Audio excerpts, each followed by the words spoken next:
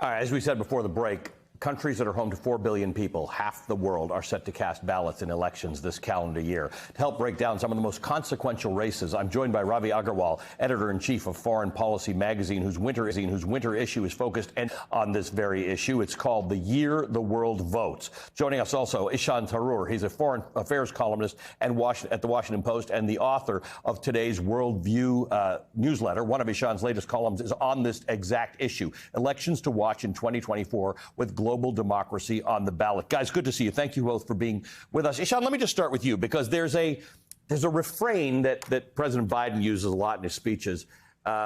He's certainly on the right side of democracy, but he keeps on saying that democracy is succeeding and authoritarianism is failing around the world. It's actually not really true. That's right. We're far past the age when you can confidently say that freedom is expanding, history has ended, liberal democracy is the final state of our governments. We're well beyond that. And what a host of organizations, political scientists, think tanks have been charting for the last decade is a pretty consistent retreat of democracy and the quality of democracy around the world. You're seeing Freedom House, for example, here in Washington, has charted 17 years of democratic recession. Another major group in Sweden recently pointed to 6 consecutive years of democratic decline in the quality of democracies elsewhere. And we're really seeing, and what these elections this year may show, is the fact that the dominant spirit of the age is illiberalism, not liberalism.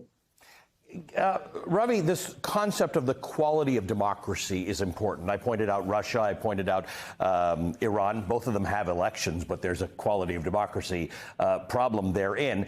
Timothy Snyder at Yale points out that often when countries move away from democracy in the way that the Freedom Index shows that the United States has dropped, it's not in a revolution. It's not a coup. It's not somebody overtaking the democratic government. It's people actually giving up their rights slowly, often through voting.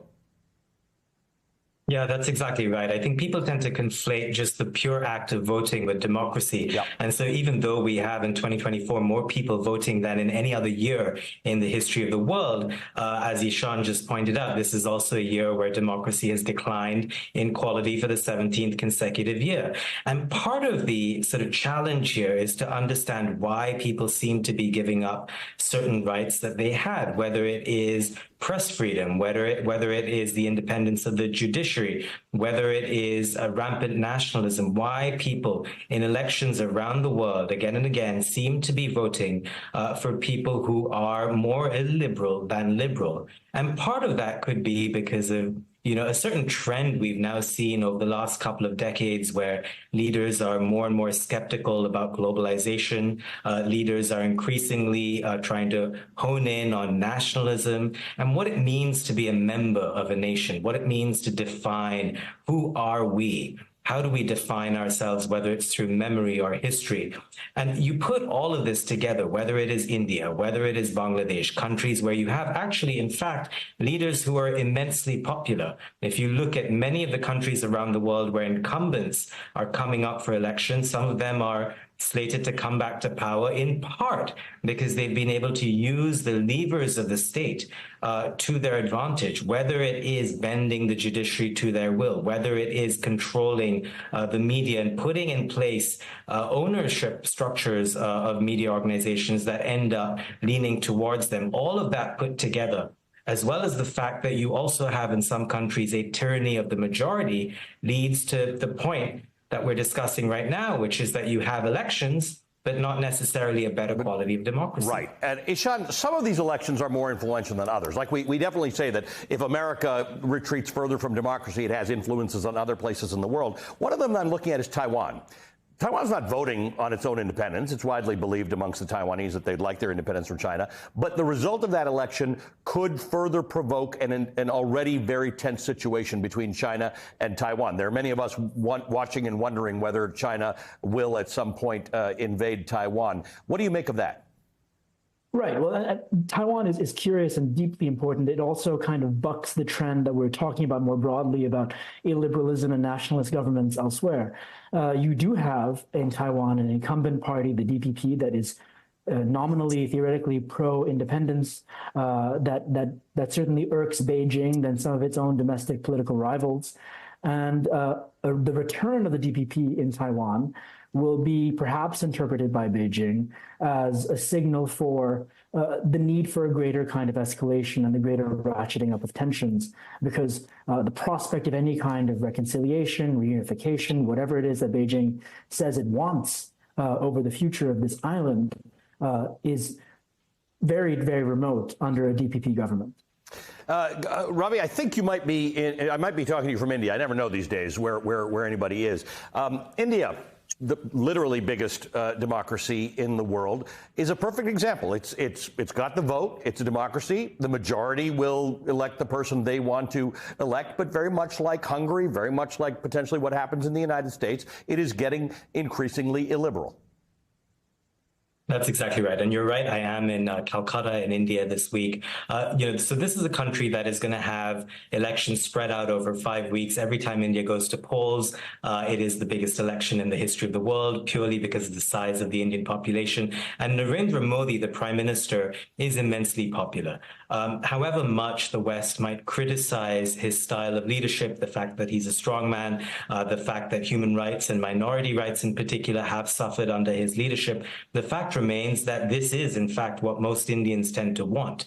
They see Modi as an embodiment of a strongman leader that, is finally allowing for, Hindus to have their way in the world. And part of this also is a narrative that has continued in India over Modi's last 2 terms, but even further back, of Hindus having been hard done by centuries of first Muslim rule through Mughals and then British rule.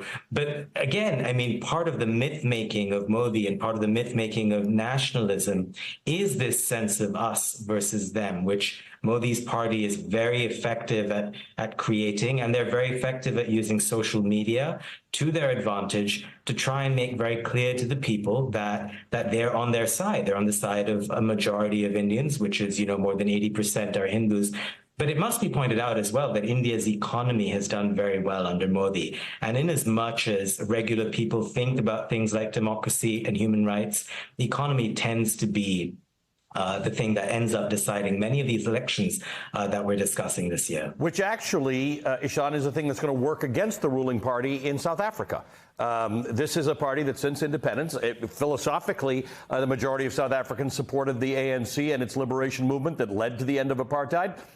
But the economy is not getting better for a whole lot of people there, and the ANC, for the first time in a long time, is in real trouble.